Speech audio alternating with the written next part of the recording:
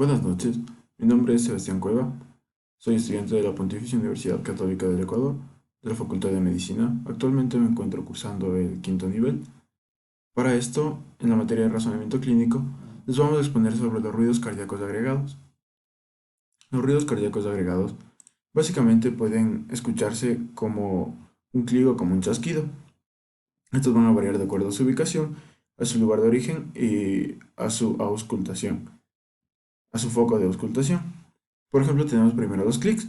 Los clics van a ser una vibración chasqueante, breve y de alta frecuencia que va a recordar un timbre metálico.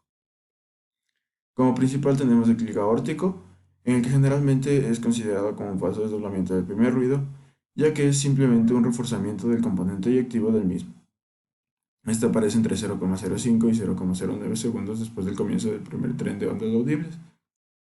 Este básicamente se lo va a auscultar de mejor manera en el foco apexiano, o también llamado mitral, a diferencia del foco accesorio o foco de E.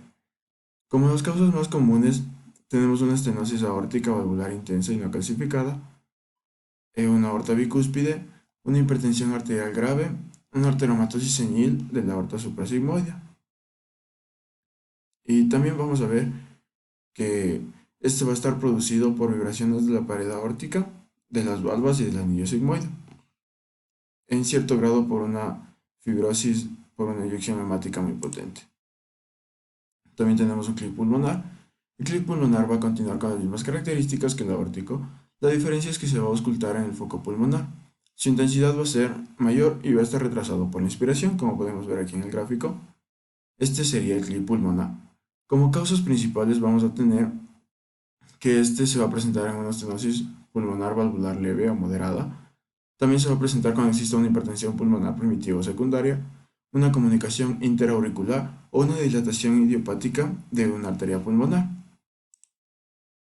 También tenemos los clics mesosistólico y telesistólico. Estos básicamente se los va a apreciar como un ruido breve y agudo y poco intenso que va a ser provocado por estructuras extracardíacas o adherencias pleurocardíacas. La diferencia entre estos dos va a ser que el clic telesistólico, a pesar de tener las mismas características, se va a continuar con un soplo medio, con un soplo sistólico increscendo.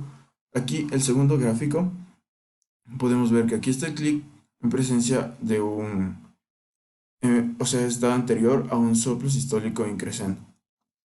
Ambos van a corresponder a un síndrome antiguo conocido como síndrome de clic y soplo, y estas van a responder a diferentes formas y grados de un prolapso valvular mitral.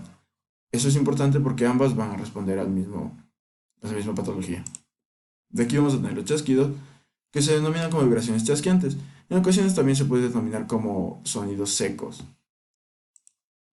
Entonces tenemos un chasquido de apertura mitral, el cual va a ser breve de 0,01 a 0,04 segundos. Este va a ser de alta frecuencia y va a aparecer entre 0,05 y 0,13 segundos después de un componente aórtico del segundo ruido. Este también nos va a permitir diferenciar una estenosis mitral orgánica reumática de una forma funcional derivada del cierre mitral por el chorro de regurgitación aórtica, es decir, una pseudoestenosis mitral, con un soplo diastólico de Austin-Flint, como podemos ver aquí. Este sería el chasquido y nos estaría indicando un chasquido de apertura en un soplo diastólico. También tenemos un chasquido de apertura tricuspidio, el cual va a obedecer a las mismas características y causas de su homólogo mitral. La diferencia va a estar en que este va a estar aumentado en intensidad y se va a acercar más al segundo ruido durante la inspiración. También la diferencia es que se va a escuchar mejor en el foco tricuspidio. Como podemos ver, aquí está el chasquido de apertura y va a estar igualmente continuado en un soplo diastólico. También tenemos más ruidos agregados, que estos ruidos agregados básicamente van a aparecer a la auscultación por causas distorsionadas. Como podemos ver, existen tres causas: las sístoles en eco, las válvulas protésicas y los marcapasos implantados. Las sístoles en eco consisten en auscultaciones del cuarto ruido de largas pausas diastólicas por bloqueos auriculoventriculares completos.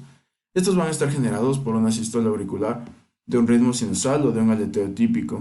También vamos a tener las válvulas protésicas, que van a producir ruidos anormales. El primero y el segundo ruido protésico tienen un cierto timbre metálico semejante a un clic sistólico. En cuanto a los marcapasos implantados, podemos ver que van a provocar alteraciones de los ruidos normales según la ubicación del electroestimulador. Aquí, entonces eso también va a variar de acuerdo al foco de auscultación. Y este ruido va a ser un ruido agregado y va a obedecer a las contracciones de los músculos vecinos por una estimulación cardíaca muy fuerte. En cuanto a bibliografía, como podemos ver, tenemos la Argente, hemos incluido el corazón y sus ruidos cardíacos anormales y agregados, de Alberto Ortega, y una exploración cardiológica de la Asociación de Pediatría.